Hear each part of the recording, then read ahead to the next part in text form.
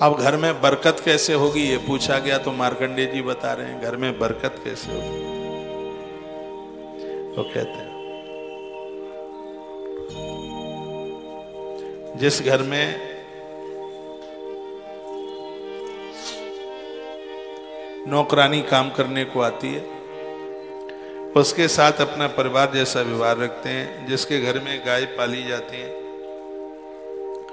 जिसके घर में हाथियों के पाम की धूल उड़ करके घर में आती है, बिल्ली स्वान की धूल घर में उड़ती हुई आवे, ये बिल्कुल ठीक नहीं है। घोड़ा हाथी गाय इनकी धूल उड़ करके घर में आती है तो इससे घर में बरकत होती है।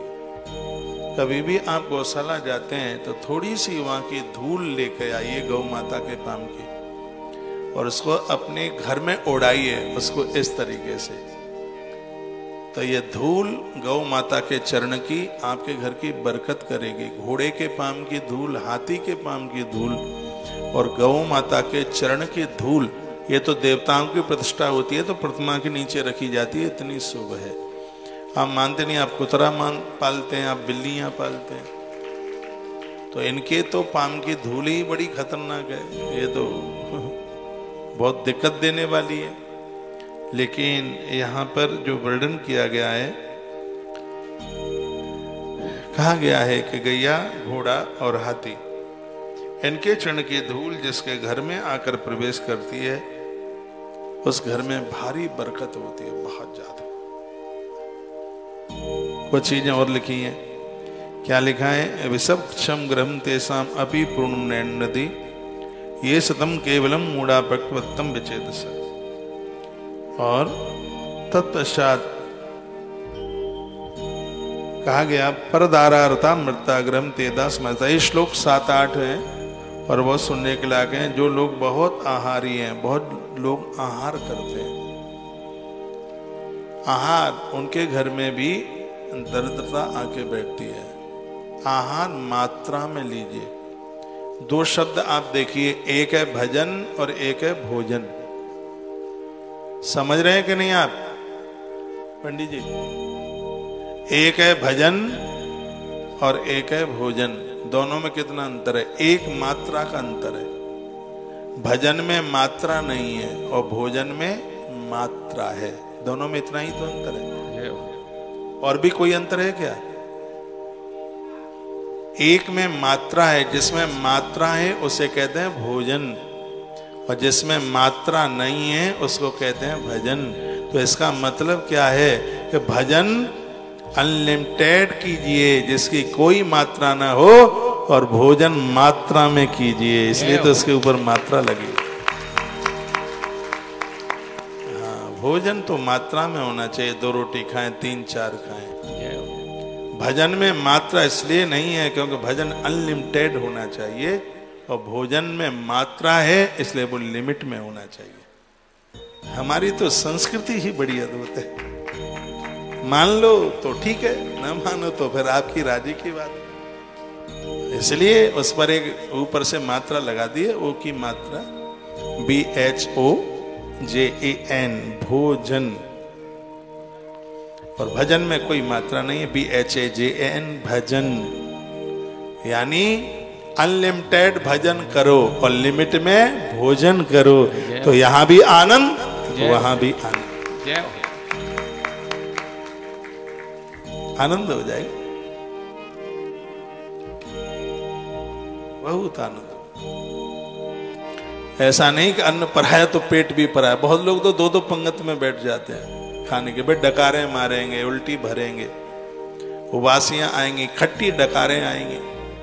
वो तो ईश्वर की बड़ी लीला है। परमात्मा ने बहुतों को खिलाने के लिए भेजा है, जाओ तुम खिलाते रहो। और बहुत लोग तो खाने को ही आए, हम तो खाएंगे भाई, खाएंगे। तो यहाँ क्या लिखा हुआ है, जो लोग बहुत आहार करते हैं और अधिक पियक्कड़ हैं। पियक्कड़ जानते हैं? ये पीने वालों को पूछ लेना, जो पीते ही रहते हैं। स्पष्ट पियक्कड़ शब्द ही लिखा है। जो खूब खाते हैं, खूब पियक्कड़, जो पीने के लायक नहीं है, मद्यपान रता पापा मांस भक्षण तत्परा, 68 नंबर का श्लोक है। मांस खाते हैं, शराब पीते हैं, थोड़ी देर के लिए तो करोड़पति लगते हैं, लेकिन आने वाले समय में बहुत भारी कंगाल होते हैं, दरिद्र होते हैं। ये लिंग पुराण की कथा कहती है, जो तुम गलत करते हो उससे ये स्थितियां बनती हैं। परमात्मा ने ये मनुष्य जीवन बड़ा विचार करके दिया है और बड़ा अद्भुत जीवन दिया है। ये जिंदगी का आनंद ले लो। सुख नहीं है, आनंद। आनंद से कहते हैं जो आने के बाद जाता ही नहीं है। बहुत मस्त जीवन होता है। आनंद में व्यक्ति थकता नहीं, आनंद में व्यक्ति टेंशन में नहीं होता, वो अद्भुत मुद्रा में होता है, आनंद में मुस्कुराता होता है, फूल की तरह खिलता रहता है। वर्णन किया गया, जो जुआ खेलते हैं, ज्यादा बकवासें करते हैं, स्पष्ट लिखा है, धूतवाद क्रिया मूढ़ा ग्रही तेसाम समावेश। ऐसे घरों में गरीबी आ जाएगी, आज नहीं तो कल, कल नहीं तो महीने के बाद, महीने के बाद नहीं तो बरसों के बाद। इसलिए इस बात का ध्यान रखो, जो पर्वों के समय पर पूजा पाठ नहीं करते, जैसे समय सावन का महीना चल रहा, पेटू रामों की मैं क्या कहूं, सावन के महीने में 4 सोमवार को व्रत होना चाहिए। इससे महापुराण ने तो इसके ऊपर भारी जोर दिया, इसमें भारी बरकत होती है। कहते हैं कि जो 4 सोमवार का व्रत कर लें या पूरा सावन के महीने का व्रत कर लेते हैं, 11 महीने में होने वाले सगरे अपराध उसके समाप्त हो जाते हैं। ऐसा महीना, ऐसा पावन महीना, ऐसा दिव्य यह मास है। तत्पश्चात संध्या काल में जो स्त्री पुरुष संयमित जीवन नहीं जीते, जो जल को अपवित्र करते हैं, जल में बाथरूम करते हैं, ऐसे लोग भी अपना सब कुछ खो लेते हैं।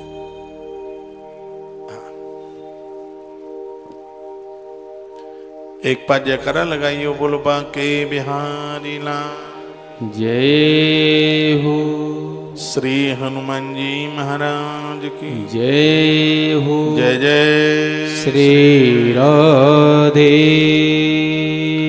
जल में बाथरूम करना अपराध है। स्त्री पुरुष कोई भी हो, यह ग्रंथ में लिखा हुआ है। कन्यायां बागौ ग्रहे वापि ग्रहं तेषां समाविशं बहुना किं प्लापेन नित्य कर्म बहिष्कृतः। तत्पश्चात जो अधम पुरुष रजस्वला स्त्री के साथ संबंध बनाते, पत्नी के साथ, 100 ब्राह्मण मारने का उन्हें अपराध लगता है। ग्रंथ गवाही है इसके लिए। ये बहुत बड़ा अपराध है। जो विधवा नारी के साथ गलत संबंध बनाते हैं, पाप नहीं है, पाप का बाप है, बहुत बड़ा अपराध। यदि किसी मूर्ख ने, उद्दंडी ने किसी कन्या के कन्या धर्म को बिगाड़ा है, यह भगवान के दरबार में इसको कभी क्षमा ही नहीं किया जाता। यह वर्णन किया गया। जो मंदिर में कुकर्म, कन्या के साथ कुकर्म, जल में कुकर्म करते हैं, गौशाला में कुकर्म करते हैं, तो यहाँ मार्कंडेय कहते हैं कि गरीबी तो उनके घर में एंट्री लेती है, प्रवेश करती है, लेकिन ईश्वर के दरबार में इनको तो बहुत बड़ी सजा मिलती है, बहुत भारी सजा मिलती है। यह अपराध भला इंसान तो कभी कोई करेगा। मेरे सामने लिंग पुराण रखा है, और ऐसा है नहीं कि बैनर पर लिखा है लिंग पुराण और मैं सुना दूं आपको कुछ और। बस हमारी कथा की यही एक बहुत बड़ी विशेषता रही है कि जिस को बोल दिया गया है कि ये कथा है, तो हमने उसी कथा पर फोकस दिया है। मैं निवेदन करूंगा, जो कन्या धर्म के साथ खिलवाड़ करता है, कोई कन्या के कौमार धर्म को बिगाड़ता है, भैया वो पाप नहीं, पाप का बाप है, और कोई भी देवता उसको बख्शता नहीं है, उसकी दुर्गति हो जाती है। मंदिर है, गौशाला है, तीर्थ है। कहते हैं दुनिया का पाप तीर्थ में कट जाता है, तीर्थ में किया गया पाप वज्र की तरह हो जाता है। तीर्थ में जाने वाले लोगों को तो बहुत सावधान पूर्वक जीवन जीना चाहिए। वो लोग इतने अभागे हैं, वैधव्य नारी जिसका पति दुनिया छोड़ के चला गया, ऐसी वैधव्य नारी के साथ जिसने गलत संबंध बना रखे थे, ईश्वर के दरबार में वो क्षमा करने के योग्य ही नहीं है। ये समझ लीजिए। कहते हैं कि जो ठंडी देश में ज्यादा रहता है उसकी आयु कम होती है, बासा भोजन करता है उसकी आयु कम होती है, जो ज्यादा भ्रमण करता है उसकी आयु कम होती है, जो ज्यादा गरम गरम खाता है उसकी भी आयु कम होती है, और जिसकी पत्नी बड़ी उम्र की और पति की उम्र कम होती है उसकी भी आयु कम होती है, और जिसने वैधव्य नारी के साथ गलत संबंध बनाए हैं उसकी भी बहुत ज्यादा कम आयु होती है। ऐसा पद्म पुराण में लिखा है। लेकिन तालियां मत बजाओ, कोई बात नहीं है। ये कथाएं सिर्फ टाइम पास करने के लिए नहीं है, कथाएं हमें जीवन देती हैं। जो भक्ति विहीन है उनके घर में ये गरीबी दरता रहती है। और भी बड़ी अद्भुत बातें कही गई हैं। जिनके घर में देखिए बीमारी औषधि खुली पड़ी रहती है, मैंने कभी पहले भी जिक्र किया, दवाइयों को खुला मन छोड़िए, ये घर की बरकत को रोक देंगे। स्पष्ट श्लोक है यहाँ पर।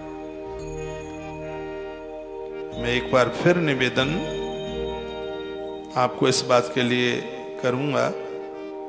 चलो ठीक है, बीमारी अपने हाथ में नहीं है, फिर भी ऐसे रहिए कि बीमार ना हो। दवाई भी आप लेते हैं तो ऐसा नहीं है सिरप का ढक्कन ही खोल के रख दिया, टैबलेट वहीं पड़ी है, पूरा का पूरा घर अस्पताल जैसा लगता है। ये बिल्कुल ठीक नहीं। मैंने तो यहाँ तक पढ़ा है उल्टा कपड़ा उतार के डाल देते हैं, बाथरूम में नाभि के नीचे के कपड़े पड़े रहते हैं। इससे भी घोर गरीबी का जन्म होता है। हमारी नीति तो कहती है कि जो लोग कभी अपने दांत साफ नहीं करते, दांत नहीं मांजते, हमारे ग्रंथों में लिखा है धुला वस्त्र नहीं पहनते, दांत नहीं मांजते, तुम तो हो क्या, नारायण में भी ये कमी होगी तो माता लक्ष्मी नारायण का भी संग छोड़ करके चली जाएगी। इसलिए इन दांतों की बर्बादी मत कर। दांत तो मोती की तरह चमकते हुए होने चाहिए। शुद्ध दांत आपके घर में बरकत देते हैं। आपके जो दांतों की जो दूधिया जो दांत हैं, जो आपके दांतों में जो चमक है, इससे आपके घर की बरकत होती है। यदि गलत बोल रहा हूं तो कोई मेरी बात काट के तो बता दे। हाँ, मेरी तो शास्त्र प्रमाणित बात होती है। तो गुटखा खा खा करके उल्टा पुल्टा कर करके ऐसी रेड मार डाली है दांतों की, ऐसे को गत कर डाली है दांतों की, उनके तो पास बैठना बड़ा मुश्किल होता है। कहते हैं कि जो औषधियां जिनके घर में बिखरी पड़ी रहती हैं, ऐसा जीवन जियो ना, ज्यादा औषधियों की जरूरत ही कहां पड़े। जो औषधियां ही तो और ज्यादा बीमार कर रही हैं। उसको आप लेते हैं तो उसको सिस्टम से उसको रखिए, टैबलेट पड़ी है पत्ते में रखिए, डिब्बे में रखिए, उसको जब जरूरत पड़े तब उसको लीजिए। बहुत पूरा चैप्टर भरा पड़ा है। जिनकी रसोई में सब बर्तन भाड़े ऐसे ही पड़े रहते हैं, उल्टा तवा रखना अशुभ है, उल्टी कढ़ाई रखना ये बिल्कुल अशुभ है। और आटा लगे हुए परात में फिर आटा गूंथना, ये तो अशुभ का भी अशुभ है। ये बड़ा अशुभ है कि पलोथन बचता है उसको उसी कनस्तर में आप डाल देते हैं।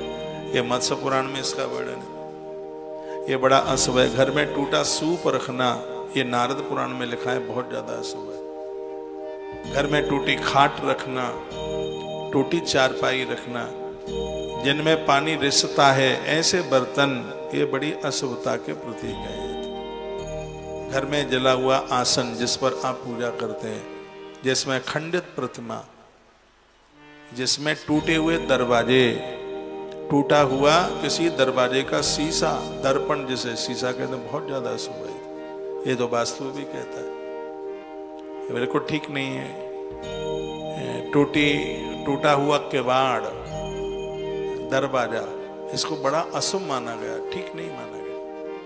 ये चीजें घर की बरकत को रोक देती हैं। जिसके घर में फिसल करके लोग नीचे गिरते हैं, कोई आदमी आए नीचे गिर जाए, उसको शुभ नहीं माना गया, ठीक नहीं माना गया। आप तीर्थों में जाते हैं, जाइए, कौन मना करता, लेकिन घर को भी तो तीर्थ बनाइए। कहाँ जूती चप्पलें उतारनी है। मैं अभी यहाँ आया, देख रहा आधा पंडाल जूती चप्पलों से ही भरा हुआ था। किसी का मुंह उठाए ऊपर पड़ी है जूती, तो किसी का करवट ले रही है, किसी की उल्टी पड़ी है, किसी की चित्त, किसी की पट्ट पड़ी हुई है। मैंने कहा वाह, कमाल की बात है। मेरा सुरक्षा कर्मी उनको ठीक से पीछे उनको रख रहा।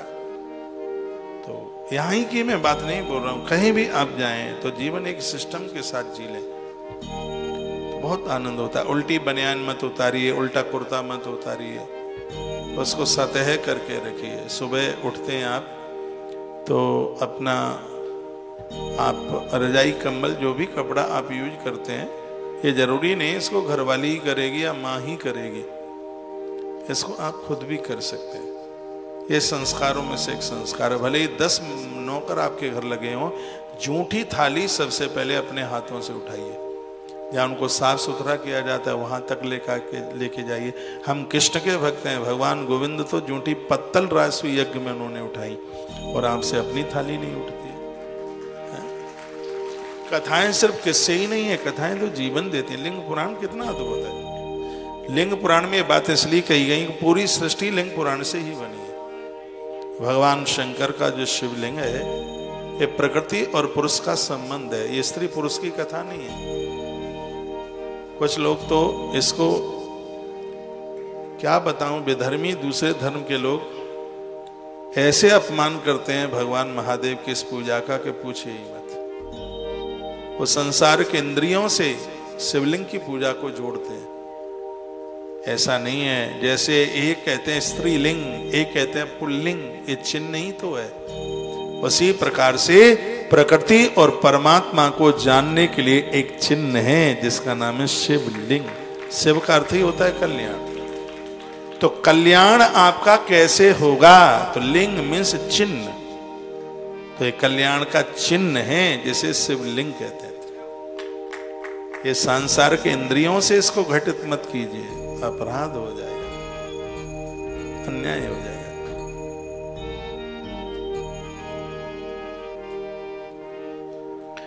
घर में शिवलिंग रखिए, ये आपके घर में बरकत का बहुत बड़ा कारण बनेगा। अब अलक्ष्मी परेशान थी बहुत ज्यादा, तो महात्मा दुष्यंत ने भगवान नारायण का आह्वान किया तो नारायण लक्ष्मी को लेकर के प्रकट हो गए। और वो चरण गिड़गिड़ा रही थी, पाम में तो आ नहीं सकती थी, लक्ष्मी है ना, तो मुझे रहने को स्थान दिया, हाय मैं मरी, हाय मैं मरी, हाय मैं मरी। तो भगवान ने कहा देख ये है पीपल का पेड़, और रविवार के दिन तेरा वास इसमें होगा। जो रविवार को पीपल की पूजा करेगा, ग्रंथ बोलता है, रविवार को पीपल की पूजा कहाँ होती है, रविवार संडे वाले दिन। भगवान नारायण ने बोल दिया। देखिए जो अनजान में कर दे तो कोई बात नहीं है, भगवान कहते हैं यदि जान से जानकर यदि रविवार के दिन इस पीपल में अश्वत्थ में कोई आके पूजन करता है तो तुझे उसके घर में ठहरने को जगह मिल जाएगी। ये मेरा कहना है, भगवान बोले। इसलिए अकेली तुलसी माई ही नहीं, तुलसी माई को तो पूजा जाता है रविवार को, सिर्फ तुलसी को तोड़ा नहीं जाता। मैं आपको कंफ्यूज नहीं करूंगा, जो बात है वो यही है। लेकिन रविवार के दिन तो पीपल को पूजा भी नहीं जाता। हाँ, रविवार के दिन औ माता लक्ष्मी रोने लगी कि बहन को जगह दे दी, मैं कहाँ रहूं। तो भगवान ने कहा चल शनिवार के दिन तेरा पीपल में वास होगा। जो शनिवार को पीपल की पूजा करेंगे वो माला माल हो जाएगा, उनको सब कुछ मिल जाएगा।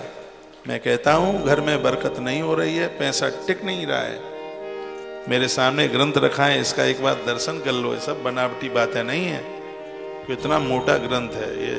इस पर लिखा है लिंग महापुराण, पढ़ते पढ़ते पेज भी घायल हो गए उसके। तो यह है लिंग महापुराण, इसकी ये कथाएं बड़ी मजबूत हैं। और ये बड़ी अद्भुत कथा है इस ग्रंथ की। और 7 तारीख को दोपहर तक इसमें से हम आपके बीच में कुछ बढ़िया बढ़िया सा आपके बीच में परोसते रहेंगे। घर में पैसा टिक नहीं रहा है, बीमारी है, तो पति पत्नी दोनों जाइए, 1 लोटा जल चढ़ाइए, सूत बांधिए पीपल की पिंडी से और कम 7 परिक्रमा कीजिए। पितर परेशान है तो तिल के तेल की जोत जलाइए, और कारोबार नहीं चल रहा है तो घी की जोत जला करके रख के आ जाइए। 7 शनिवार कर लो, आनंद हो जाएगा। ज्यादा कर सको तो ज्यादा कर लो।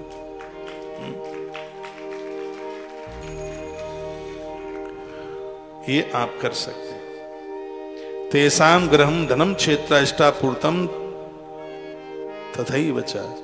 तेसाम ग्रहम धनम क्षेत्र, उसके घर में उनसे जो जुड़े हुए हैं उनके जीवन में धन की कमी नहीं आएगी। इष्टापूर्तम, उसकी इच्छाएं पूरी होंगी, उसकी जरूरतें पूरी होंगी। ये इसकी बहुत बड़ी महिमा है। कुआं तालाब बनाने वाले लोगों के घर में खूब धन का वास होगा। पेड़ पौधे लगाने वाले लोगों के घर में धन का वास होगा। मंदिर पर ध्वजाएं लगाने वालों के घर में धन का वास होगा। मंदिर के ऊपर कलश स्थापित करने वाले लोगों के घर में धन का वास होगा। मंदिरों में घंटियां बजे, जिसकी आवाज जिसके घर तक आवे, ऐसे घर में धन को वास मिलेगा, धन को आवास में। आप मकान खरीदने को जा रहे हैं तो कोठी कितनी बड़ी है ये नहीं देखना, ये देखना है मोहल्ला कितना बढ़िया है, आसपास अच्छे लोग, कितने अच्छे लोग रहते हैं, क्योंकि पड़ोसियों के भी अच्छे होने से हमारी बरकत होती है, ऐसा हमारा ग्रंथ कहता है। बस आप कमरे देखें, बिल्डिंग देखें नहीं, वहाँ का आसपास का जो क्षेत्र है वह भी देखना होगा। बहुत बहुत धन्यवाद है आपका। आज की कथा में भी आप जुड़े हैं। तो सावन का महीना है, सावन का महीना है, अभी हमें मोदक अर्चन भी करना है। आरती से पहले शंकर जी को ले आओ, सिरा दे। तो बड़ा अद्भुत यह समय है। तो इस 2025 के सावन को ऐसे ही मत निकल जाने दीजिएगा। शिवलिंगम शिवम मत्वा स्वात्मानम शक्ति रूपकम, शक्ति लिंगम च देवीम च मत्वा स्वम शिव रूपकम। कहा जाता है शिवलिंग को साक्षात शिव मान करके, स्वयं शक्ति मान करके जो शिवलिंग की पूजा करेगा पूरी दुनिया उसके बस में होगी, सब कुछ उसके पास होगा, बहुत आनंद होगा। कहते हैं शिव भक्त की नाभि के नीचे से, ब्रह्म भाग से जो नाम उठता है, ओम नमः शिवाय, ओम नमः शिवाय। कोई ओम नमः शिवाय जप रहा है और सामने वाला ऐसे मुख का दर्शन कर लेता है, तत्काल उसे प्रयाग स्नान करने का तो फल प्राप्त हो जाता है। इतनी तो महिमा है भैया इन मंत्रों की, इतनी महिमा। शिवम संपूज्य यदि मान स्वस्तम बे शब्द रूपकम। कहते हैं उनका जो मंत्र है वो भी साक्षात शिव है। जो मुख से ओम नमः शिवाय जप लेते हैं उन्होंने साक्षात भगवान महादेव की पूजा कर ली है, ऐसा वर्णन किया गया है। और सबके लिए है पूजा, चारों वर्ग के लोग हों, नारी जिसका पति है उसके लिए भी महादेव की पूजा, और जिसका पति नहीं है उसके लिए भी भगवान शिव की पूजा। विद्वानाम प्रवृत्तानाम स्पष्ट वर्णन किया गया, उनके लिए भी भगवान शिव की, भगवान महादेव की पूजा का जिक्र किया गया है। इसलिए पूजा काले ही सजलम शुद्ध्यर्थम निर्जलम भवे। पूजा काल में सजल जल भर कर और आप बड़े भाव के साथ में भगवान का पूजन करें। भगवान की पूजा, पू माने पदार्थ और जा माने मिल गया। पूजा का अर्थ जानते हैं आप क्या है? पू माने पदार्थ, जा माने सिद्धि। सिद्धि मीन्स प्राप्त होना। आपने जिस पदार्थ की इच्छा की है वो पदार्थ आपको मिल गया है, जिस सत्कर्म के द्वारा, उसी को पूजा कहते हैं। ऐसा से महापुराण में वर्णन। तो भगवान महादेव तो बड़े सहज हैं, बड़े सरल हैं। तस्मा दस वशी करता नानिस्ति सब स्मृता। जो शिव की पूजा करेगा वो पूरी दुनिया को अपने बस में कर लेंगे। माताएं बहुत पंडित पुजारियों के पास, तांत्रिक लोगों के पास, पुजारियों के पास जाए तो अच्छी बात है, पुजारी अच्छे लोग होते हैं, पांडित कर्म करने वाले अच्छे लोग होते हैं, लेकिन आप तांत्रिक लोगों के पास जाते हैं। प्रश्न एक ही होता है कि ऐसा कोई उपाय बता दो जिससे मेरा पति हमारे बस में हो जाए। पूछते हैं। एक कथा इसमें बड़ी सुंदर कथा आती है। कोई एक ऐसी स्त्री, वो तो उतनी सुंदर नहीं थी लेकिन उसका पति बहुत ज्यादा सुंदर था। तो उसको यह लगता था कि ज्यादा सुंदर है तो बाहर की स्त्रियां इसको बहुत प्रेम करती होंगी, इसलिए मुझसे कम बोलता है। तो अपनी किसी सहेली से उपाय है क्या मेरे पति की सुंदरता समाप्त हो जाए, ये मेरे बस में हो जाए, ऐसा कोई उपाय है क्या? तो उसने कहा कि 20 कोस दूर एक स्त्री दवाई देती है पतियों को बस में करने के लिए, चलो उसके पास चलते हैं। घटियाओं को घटिया ही लोग मिल जाते हैं। और वो चली अपनी सहेली के पास और वहां पहुंची जो एक ऐसा चूर्ण देता था जिसको खा करके और पति बस में हो जाता था। तो उसके पास पहुंचे, खूब पैसा ले लिया, अपना जेवर जूवर सब दे आई, खूब आपको ठगा जाता है। और ठगियाई के बिना मानते ही नहीं है, क्योंकि आपको तो पति बस में करना है ना। पति पता नहीं क्या ले लेंगे पति को वश में करके। तो उसने कहा कि ये चूर्ण ले जा और दूध में मिलाकर 3 दिन दे देना, तेरा पति तेरे वश में हो जाएगा। तो चूर्ण लेके आई और दूध में जैसे ही मिलाकर के दिया, पति को पूरे शरीर में कुष्ठ हो गया। अब तो वो गिड़गिड़ाने लगा, ये बहुत खुश होने लगी, भारी खुश होने लगी। और इतनी खुश होने लगी कि समय आने पर इसकी भी मृत्यु हो गई। मरने के बाद में यमराज के यहाँ पहुंची, वहां तो बहुत बड़ा न्याय था। कहा कि पहले तो हंटर बजाओ, इसकी खूब ठुकाई पिटाई करो, उसके बाद में एक चांडाल के घर में इसका जन्म होना चाहिए, और फिर वो चांडालिनी बन करके पैदा हुई। पति को या पत्नी को वश में करने वाले लोगों की ऐसी स्थिति होती है। यदि पति को वश में ही करना है तो एक छोटा सा उपाय मैं बता देता हूं, पति वश में हो जाएगा। क्या है सुनेंगे? वशीकरण एक मंत्र है, तज दे बचन कठोर। कुछ नहीं करना, 2 शब्द पति से मिठासता में बात करना, ये हमेशा के लिए आपका हो जाएगा। उससे लड़िए मत, झगड़ा मत कीजिए, कलह मत कीजिए, उससे बुरे बोल मत बोलिए, ये कभी तुमसे दूर नहीं जाएगा।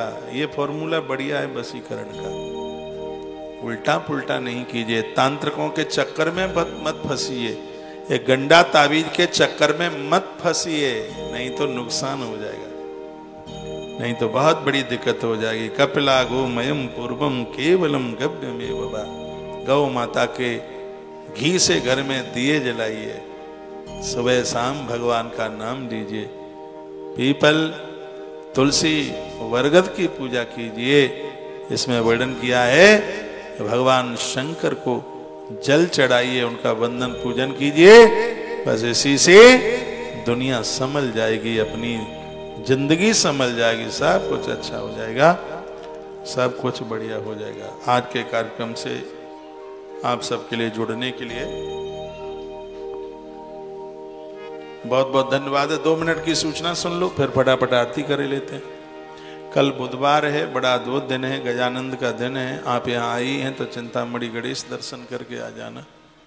हाँ, आप आई हैं तो एकाध रुद्राभिषेक करा लेना, और हो सके तो महामृत्युंजय मंत्र, इस भूमि पर महामृत्युंजय मंत्र की भारी महिमा है, बहुत ज्यादा है, बहुत ज्यादा। मैंने भी आज यहाँ बैठ के महामृत्युंजय मंत्र जपा है। इस भूमि की इतनी बड़ी महिमा, आप उसके लिए भी आप नामांकन करा लें।